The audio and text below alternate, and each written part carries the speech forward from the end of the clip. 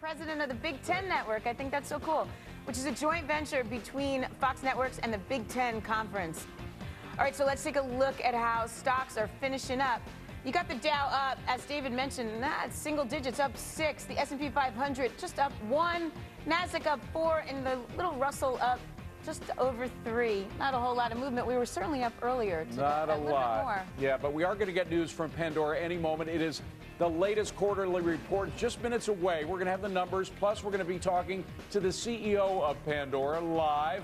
How does he say they're going to raise revenues? How far the earnings have been in the negative figures. You can't even call them earnings. We'll be asking Joe Kennedy about this coming up. Yeah, it's a great question. And we're live at the Republican National Convention with the latest details. Plus, we've got the business leader who will be speaking at the Democratic Convention next week. CarMax co-founder Austin Ligon is coming up as well.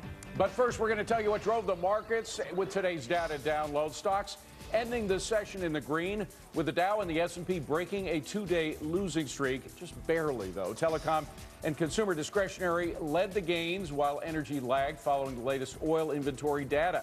Gross domestic product grew at 1.7%, a rate in the second quarter. This is up from the original reading of 1.5%. Still low, but not quite as low as it was. The stronger reading reflecting higher consumer spending and fewer imports. And pending home sales, as we mentioned, climbing 2.4% in July. This is the highest level since April 2010. Pending means they've signed, but the final deal has not been done. There have now been 15 consecutive months of year-over-year gains in contract activity. Tracy. All right, well, we've got Larry Shover in the pits of the CME. David Sowerby says you should be using pullbacks in the market to buy right now. Jeff Flock, God bless his soul, weathering Tropical Storm Isaac in New Orleans. And Rob Yeager will tell you how Isaac could impact the energy market. But we're going to start with Larry at the CME, even though Jeff is out in the rain. Larry, look, the Fed, we're all waiting on the Fed, and I'm guessing you don't think it's going to do a whole lot to move the market. I don't think so. And I think the traders behind me would agree with me. I think we're meandering around the unchanged line. A lot less talk about ECB, a lot less talk about what the Fed's going to do. We're coming to the realization that, hey, maybe the housing market has bottomed out. Maybe our numbers are going to start to get better, and that's what's keeping our market up. A lot less about what's going to happen on Friday with Bernanke. But, Larry, do you get the sense that the market's just kind of running out of breath? I mean, you see a single-digit gain today, seeing a couple of losses before. Nothing terrible, no major pullback, but it just seems like it's run out of gas. No, it's definitely run out of gas. We all feel like we're on the 42nd Street platform waiting for the subway. I mean, there's nothing going on. For those outside of New York, that subway never comes. Go ahead. Yeah.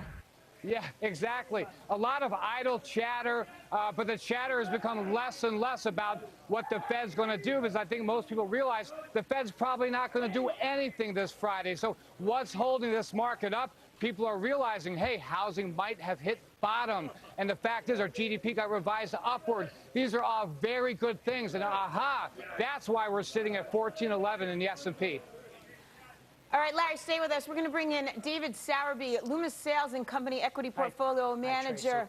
Hey, David. Okay, so you say use the pullbacks to get in this market. That means basically you don't think September is going to be the typical down month that it has been historically?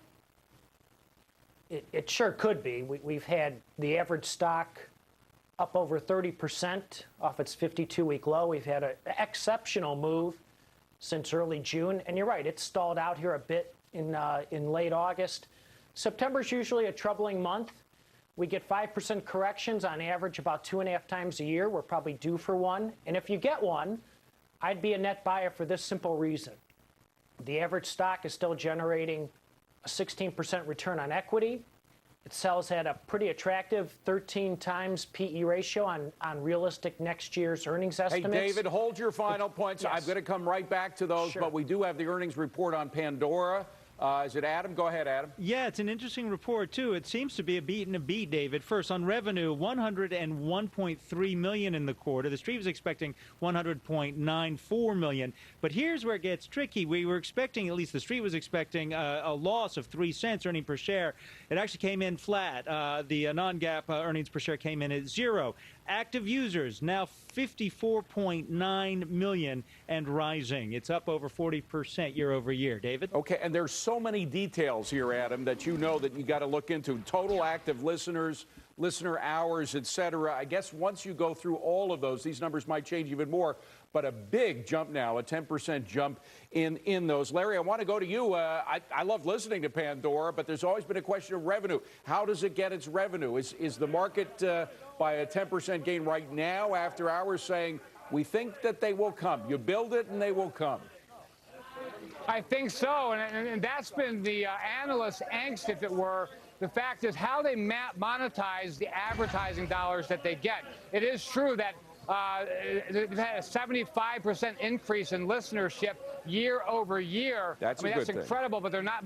Yeah, that's a great thing. But what they need to monetize their advertising, something that was troubling. The secret in all this is that I was looking at the options this morning, today. There was a lot of activity in the out-of-the-money calls, a lot of open interest, a lot of people buying out-of-the-money calls. So something is up. The stock is cheap enough that a long-term play makes a lot of sense. It does. I just have to throw in a cautionary note. I know Tracy has to talk to another one of our guests, but cash levels at the company are very low right now. At the current rate, the company's going to run out of cash in a year's time. So you got to watch that. Market couldn't tell us much today. Let's look at the S&P futures. They are closing right now. Let's go back to Larry Shover at the CME. Any indication what's going to happen tomorrow, Larry?